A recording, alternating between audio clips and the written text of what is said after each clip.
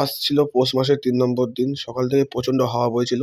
প্রচুর কাঠখড় পুড়িয়ে কাঁপতে কাঁপতে অফিস পৌঁছালাম। কাজ তাড়াতাড়ি হয়ে গেছে তাই মাঠে ঘুরতে আসলাম। মাঠে এসে দেখি স্পোর্টস হচ্ছে বাচ্চাদের।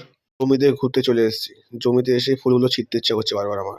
ফুল ছিঁড়তে গিয়ে যদি একা মার না খাই, যেন 4টে বন্ধুকেও নিয়ে এসেছি। দুপুর 2টো বাজে, এখন চা খাচ্ছি। আমার গরিব বন্ধুদেরকেও চা খাই দিলাম। ঠান্ডায় যা হাওয়া দিচ্ছিল, এই চাটা খেয়ে একটু আরাম পেলাম। দুপুরে মেনুতে ছিল খিচুড়ি, পনির আলুর দম আর বেগুনি।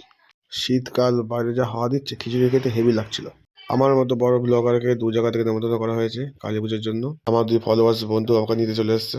চরম ঠান্ডার মধ্যে বেরিয়ে গেছি 3 বন্ধু মিলে ঠান্ডার মোকাবিলা করতে। হাই রোডে উঠে মনে হচ্ছিল আমাকে মনে হচ্ছে কেউ ফ্রিজে ঢুকিয়ে দিয়েছে।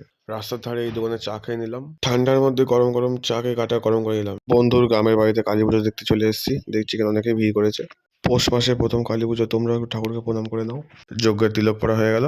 ভিড় ভাড়ের মধ্যেও খেতে বসে পড়েছি। থালা পেয়ে গেছি গাইস। মেনুতে ছিল খিচুড়ি, বাঁধাকপি আর মিষ্টি। চলে এসেছি আর একটা নেমন্তন্ন খেতে। বাড়ির পাশেই ছিল পুজোটা। আমার মতো বড় ব্লগারকে ইনভাইট করে আমার বন্ধু খুব খুশি হয়ে গেল, তাই আমার সঙ্গে হ্যান্ডশেক করলো।